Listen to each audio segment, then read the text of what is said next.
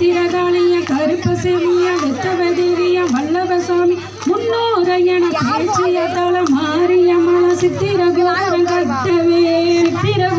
கட்டவே ஆலாம் மண்ணுக்கு அழகு பூத்து ஆட்டா